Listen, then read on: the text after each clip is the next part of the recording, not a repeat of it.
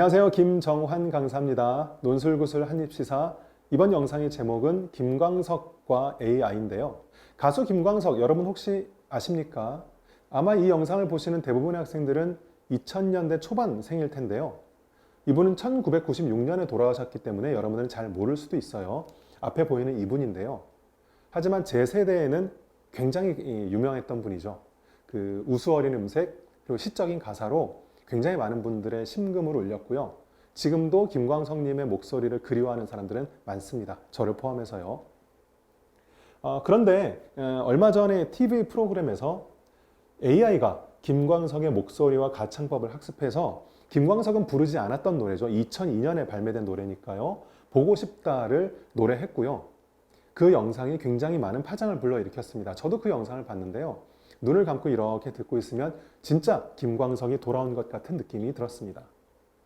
이런 일은 그전에도 몇 번 있었어요. 앞에 보이는 것처럼 그 거북이에서 활동했던 터틀맨 이분도 돌아가셨는데 이분을 AI로 다시 구현해서 여성 두 분과 함께 원래 같이 활동하셨던 거북이 멤버들이죠. 같이 공연을 했던 적도 있었고요.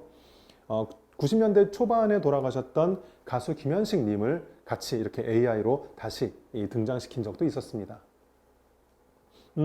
이런 것을 보면서 기술은 정말 대단하구나. 기술의 영향력이 정말 대단하구나라는 것을 다시 한번 생각하게 되는데요. 흔히 기술이 가져올 미래에 대한 두 가지 이 관점이 있죠. 개념들 여러분들이 알고 계실 텐데 하나는 유토피아, 즉 이상형이고요. 반대로 디스토피아, 즉 뭔가 부정적인, 미래를 부정적으로 바라보는 입장도 있죠.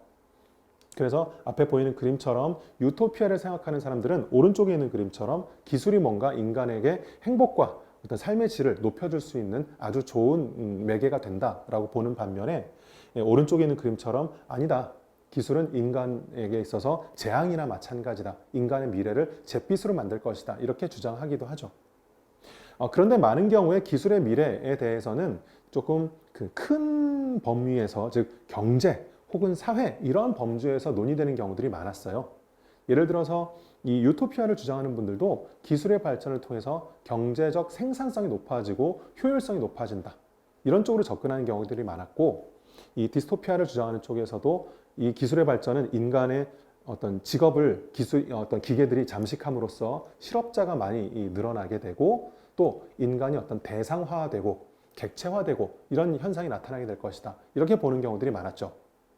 그런데 저는 이번 이 김광석 AI 이것을 보면서 기술이라는 것이 이런 거대한 수준 말고 각 개인에게 미치는 정서 혹은 감정적 영향에 있어서도 관심 있게 볼 필요가 있구나 이런 생각을 좀 하게 됐습니다.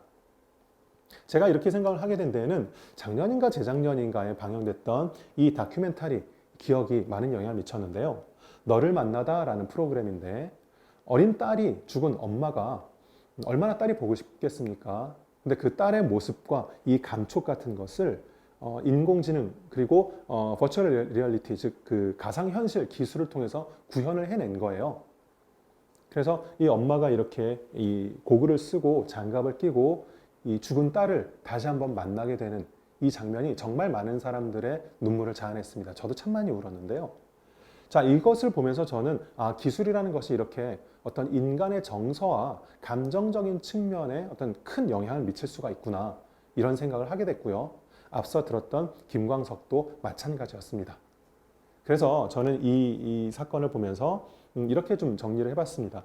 기술이 인간의 정서에 미칠 영향은 어디까지일까? 지금까지 기술이 미칠 영향은 경제나 사회화처럼 약간 거대 담론의 수준에서 많이 이루어졌다면 앞으로는 각 개별 인간의 마음에 이 기술이 어떤 영향을 미칠 것인지도 중요한 관전 포인트가 되지 않을까 이러한 생각을 해봤습니다.